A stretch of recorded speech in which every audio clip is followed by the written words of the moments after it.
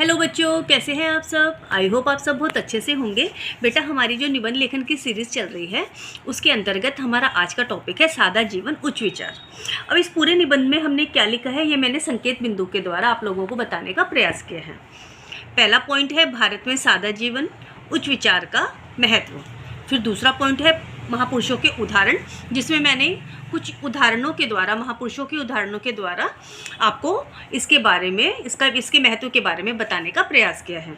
तीसरा पॉइंट है सरल मनुष्य सबके करीब और सबके लिए प्रिय होता है। इस पॉइंट पे कुछ लिखने का प्रयास किया है। अब हम आरंभ करते हैं। थोड़ा सा अलर्ट होकर सुनना। सादा जीवन उच्च विचार, यही है जीवन का मूलाधार। जिसने इस मंत्र को अपनाया भविष्य अपना उज्जवल बनाया। हमेशा की तरह एक छोटा सा स्लोगन लिखा और ये मुझे पता है कि आपको और आपके एग्जामिनर को सबको पसंद आता है। सादा जीवन उच्च विचार का अर्थ हमें साधारण जीवन जीने के साथ ही अपनी सोच को असीमित रखना है। हम अपनी भौतिकवादी इच्छाओं को कम कर अपनी ज़रूरतों को पूरा करते हैं। ऐसे हम अपने निजी और पेशेवर जीवन के बीच एक संतुलन बना सकते हैं। पेशेवर जीवन मतलब ऑफिशियल लाइफ। कबीरदास, महात्मा बुद्ध, महात्मा गांधी और अब्राहम लिंकन ने इस विचार का पालन किया। साधारण जीवन जीना आपको संस्कारों के और करीब ले जाते हैं। अगर हम एक सादा जीवन जीते हैं और बड़ी सोच रखते हैं तो आंतरिक शांति और खुशी पाई जा सकती है। सादा जीवन और उच्च विचार प्रत्येक व्यक्ति के जीवन का आदर्श होना चाहिए। सुखद जीवन जीने के लिए सरल जीवन उच्च सोच एक मंत्र है। हमें समझना चाहिए कि जो चीज़ें हमें खुशी दे सकती हैं वही सादी चीज़ें हैं। यदि हमारी चीज़ें एक स्वस्थ जीवन जीने में हमारी मदद कर सकती हैं। अब समझो बेटा कि यदि हम ज़्यादा दिखावा करेंगे, ज़्यादा शोबाजी करेंगे तो हम परेशान रहते हैं। नॉट ओनली फाइनेंशियली, हमें और चीज़ों का भी ख्याल रखना पड़ता है कि कल हमने क्या पहना, क्या दिखाया, लास्ट पार्टी में हम गए तो हम क्या पहन के गए। अगर हम खुद हमारे विचार अच्छे हैं, हमारे कार्य अच्छे हैं तो लोग हमें पसंद करेंगे ही करेंगे। हमारे पहनावा, हमारा जो पहनावा होता है वो हमारी पहचान नहीं है। हमारे संस्कार, हमारी आदतें, हमारा समाज में व्यवहार कैसा है, ये हमारी पहचान होती हैं।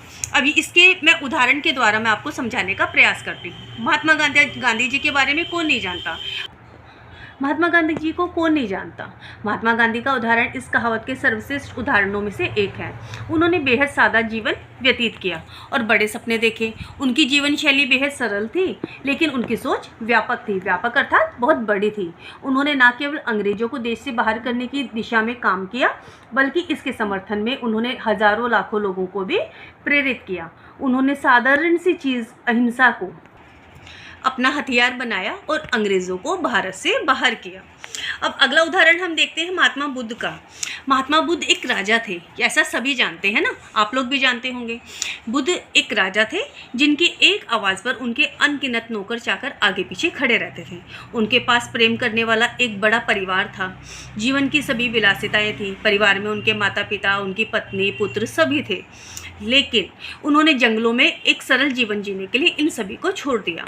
वे ध्यान केंद्रित कर सके, अपने भीतर झांक सके और सोच सके अपने बारे में, समाज के बारे में। और यह केवल तभी हो सका जब उन्होंने सरल जीवन व्यतीत किया। अगर वे महलों में रहते और विलासितापूर्ण जीवन जीते तो वे कभी भी ज्ञान प्राप्त नहीं कर सकते, ना पूरे समाज को, इस संसार को ज्ञान दे पाते। अब्राहम लिंकन को कौन नहीं जानता। अब्राहम लिंकन कौन थे, आपको भी पता होगा। अब्राहम लिंकन अमेरिका के राष्ट्रपति थे।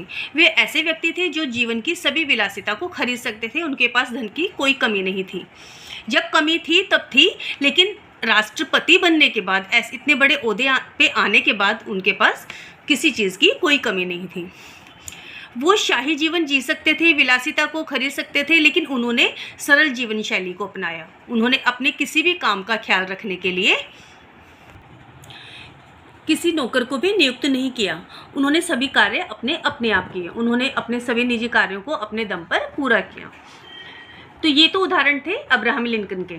अब हम आगे देखते हैं श्री राम जी के बारे में। श्री राम जी को की महिमा जो है तभी मिली जब वे राजसी वैभव को छोड़कर वानरों, भीलों को, इनको गले लगाया, साधु सन्यासियों की शरण में गए। कृष्ण की महानता सुदामा से मैत्री निभाने में है और सरल सीधे गोपी ग्वालों के साथ समय बिताने और रास रचाने में है। वास्तव में सरल सीधा इंसान मनुष्यता की सबसे ऊंची सीढ़ी पर होता है। उसके उच्च विचार उसे सबका प्रिय बनाते हैं। साधु, सन्यासी और संत महात्मा सबके प्रिय होते हैं। ये सबके करीब भी होते हैं। इसका मूल कारण क्या है? उनकी सादगी और पवित्रता। सादा जीवन, उच्च विचार, सफलता के मुख्य आधार। ये मेरा छोटा सा प्रयास था आपके सामने अपने विचारों को प्रस्तुत करने का, एक निबंध तैयार करने का। आई होप आपको ये पसंद आएगा। आज के लिए इतना ही। नेक्स्ट वीडियो में हम फिर से मिलते हैं। Bye bye.